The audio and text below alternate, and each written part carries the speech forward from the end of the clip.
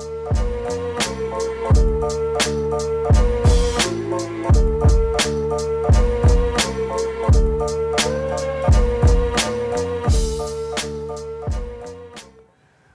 back to another video with Coffee with April. This time we're going to talk about the coffee subscription for March. We brought with you one of our all-time favorite coffees here. It's the second time we work with this farm. We worked with it last season where we bought half of the production, and this year we actually bought all of the production. The farm that we're talking about is Pillcocaja in Ecuador. Ecuador is a really interesting origin where we're actually harvesting during the summertime, which means that the coffees are more or less perfect freshness right now, which is why we're featuring it.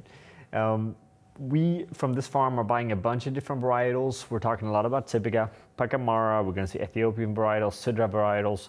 The first varietal we're bringing to you now is a red honey processed Typica L2.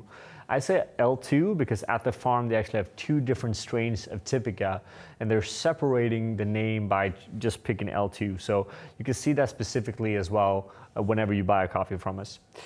The farm in itself actually went through a pretty interesting change of ownership where Ana Maria took over the farm from one of her relatives, Gustavo, which we have been in contact and working with before, which is a relatively common thing here. What we can see is that the quality is still very, very high.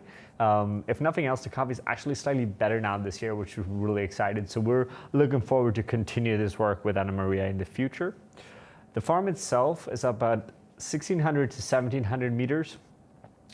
And it's really interesting to see how they work, especially with their processing, because in this case, the farm is right where the processed coffee is about 800 meters away. They do a few different processing, everything from like classic wash processed, which we feature as well, to yellow honey, red honey, black honey, as well as the full-on natural, which are pretty consistent ways of processing coffee in Ecuador at the moment. The red honey specifically, you actually keep quite a lot of the mucilage still on the cherry after the pulping, and its coffee is then dried for about 20 days on raised beds. So they actually did a bunch of new raised beds on the farms for this season to be able to process a bit more specifically and separate the lots a bit better. So it's about 2 tons of coffee in total that we have purchased from the farm, and all of that coffee is actually divided over about 14 different small lots. So we're talking really nano lots here. So we're going to be really excited to bring for you a lot of these different varietals and processing methods of the same varietal coming up in the future here at April.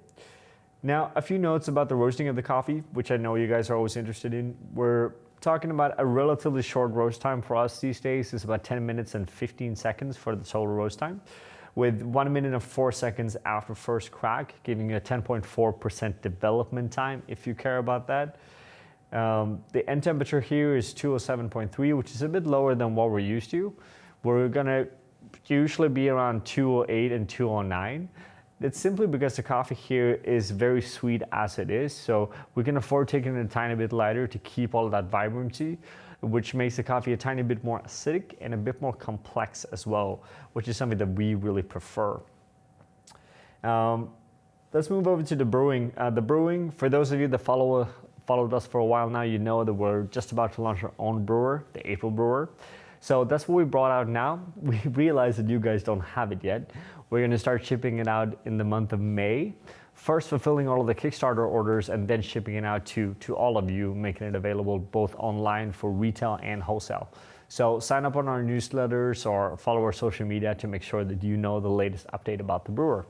However, if you don't have the April brewer at home now, which to be fair, most of you don't have, then you can use a flatbed brewer of any kind. You're not gonna have the same flow rate, but the principle is the same. You can also utilize this on a V60 or an origami as well.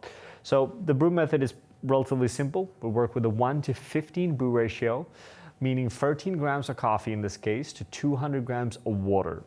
The water temperature is at 90 degrees Celsius, which is a tiny bit lower. This is gonna help us actually bring down a bit of sweetness, which in theory means we're upping a bit of acidity here, making the coffee a bit more vibrant, a bit more sparkling, which we think is a really good thing here.